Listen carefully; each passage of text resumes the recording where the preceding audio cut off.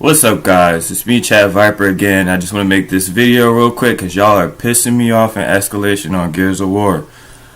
This is a video detailing some common mistakes that players make, new coming players, veterans, for whoever who thinks they need it and want to get better. One of the first mistakes I see that kids are making is fucking dying. Just dying. Every time I look at the little death log, such and such has died, such and such has been nashed, such and such has been sniped. Cut that shit out, because y'all pissed me off. I got in an argument with this kid 2 days ago when I was playing in Escalation. We were on Forge Blitz, the new map. Fucking love that map. It's kind of big, but it's just very beautiful. The map is fucking awesome. Check out my other video detailing canals and Forge Blitz. But anyway, he was calling me a scrub and shit by like the 5th round in Escalation. Mind you, he already had 320 seconds time dead. My time dead was about maybe 100 seconds. And that's after like 10 rounds because it was like 5-5. So I'm going back and forth with this kid. He's telling me I suck. And I'm like, what are you talking about? You've been dead for like 5 minutes. Literally. 320 seconds time dead is like 5 minutes. It's a lot of time. Alright? It's like 5 minutes. I'm not even doing the math. Mine was hovering around 100, 120. That's like 2 minutes after like 10 rounds. That's pretty good. I was like 20 and like 5 or something, basically by the end of the game. But he's saying I suck, grab the fucking hill, all this bullshit. I'm like, dog, how can you grab the hill if you're dead? You can't. So please, guys, stay alive. You don't always have to engage. Sometimes it's better to stay alive than even cap the hill. Can't cap the hill if you're dead. Just leave the hill. If you can't take it, if you're going to die fighting for the hill, don't do it. Just stay alive, wait for your team to spawn, and such. Basically, just stay alive. You know, you'll get the hill back. Just make sure you have home secured, and you'll be okay. Just stay alive. Can't do anything if you're dead. Second common mistake I see players making is I always see one random kid run all the way across the map for C, and we barely even have our home plot secured. What the fuck is that? Why are you all the way the fuck over there by yourself doing nothing with no teams? We barely have our home plot, or we'll barely have B under control, and he's over there running for C. Like, dog, it's a team game. They're spawning right next to you. Why are you over there? Please don't do that. You know, let's set up first and then all push for C simultaneously. That's basically how it's supposed to work. Please don't be that one kid who just runs over the C and dies. Don't do that. That's fucking stupid. You know, unless you're just destroying the other team and it's one of those games where you can basically run around and do whatever you want. But if you're down in the game, please don't do that shit. You just died. They're already flanking our home or whatever. We're going to lose. So please be mindful. Kids not setting up is another problem I have. You know, you should be grabbing home.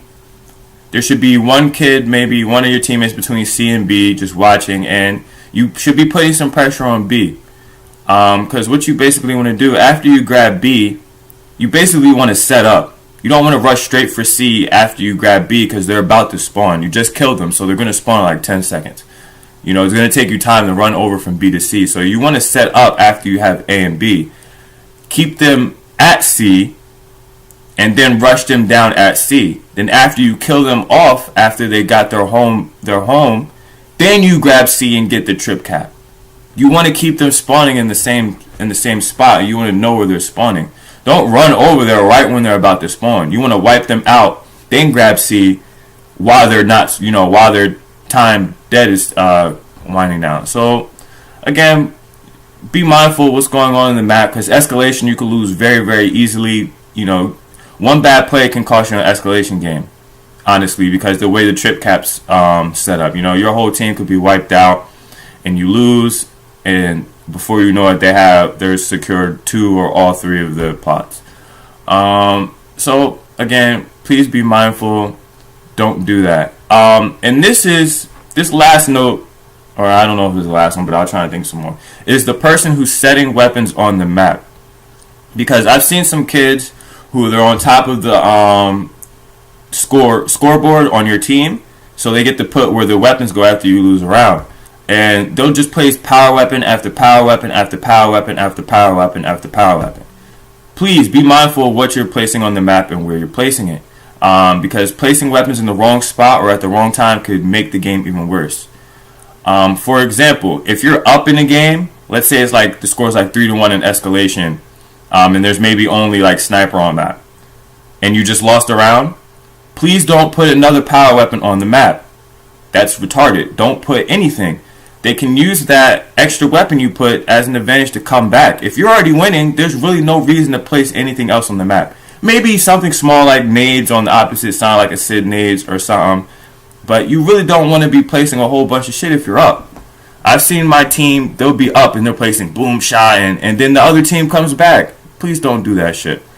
Now if you're down and you're placing weapons on the map, you kind of have to see what the other team's doing. Because if you're down, you kind of do want to put weapons on the map. But it can be really, really tricky if you're down. Especially if you're down maybe like 5-1, 5-2, if it's a big gap. So what you notably want to do, you want to take note of where they're going and where they're pushing and what places they're holding down. Because let's say you have sniper at between A and C, and then you have boom shot. You just place boom shot, or maybe something more powerful at B, drop shot, whatever. So you have to be careful. Maybe in that situation, you want to all rush that boom shot and just let them have sniper or something. But you put more power weapons on the map if you're down, so at least you get a power weapon. They're not going to get the sniper. If they're really good, they will get sniper and boom shot and wipe your ass out for doing that shit. But if you're down and you put that boom shot over there, they're probably not going to get boom shot and sniper.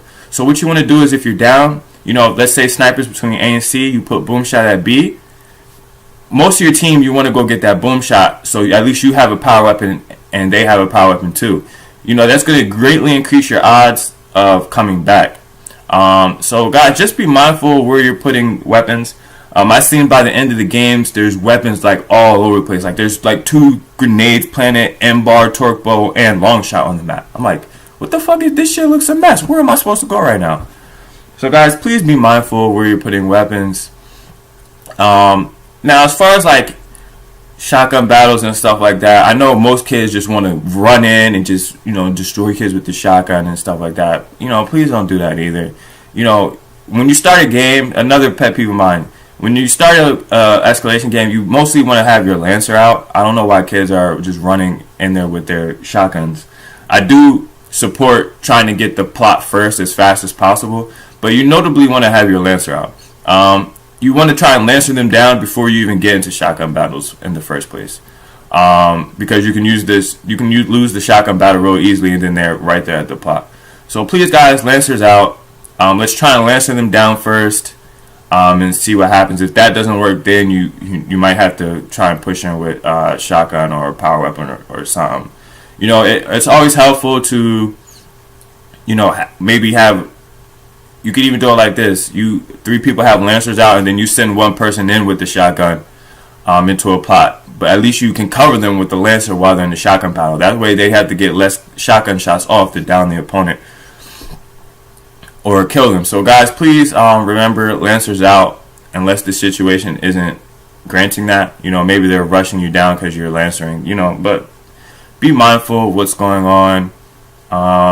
Another pet peeve I have is kids just not really paying attention. Please watch what's going on the map. Try and set up to the best of your ability. Then again, if it's not allowed, then don't go for it. That's all I got to say. But Escalation is pretty freaking cool. Try to play with a team. It'll make it much more easier. I'm currently in Onyx, so I'm leveling up as well. But those are just some of my things that can help you get better in Escalation. Just be mindful. I don't expect everyone to win like every shotgun battle. That's not the problem. The problem isn't that you lost that shotgun battle. That's probably irrelevant. The problem is kids not paying attention. All the things I just outlined. I'm not worried about, you just got out shotgun. That's, everybody's going to get out shottied or out lancered or out sniped. That's not really a big deal. I only hate it when kids don't follow those guidelines I listed earlier in the video. So I'm not really worried about getting outshottied. I get outshottied. You're gonna outshotty kids. It's part of the game. But guys, I hope this vid helps you level up. Please hit that subscribe button. There'll be a lot more content coming. Try and get gears back to what it used to be. So guys, thanks for tuning in. Chad Viper out.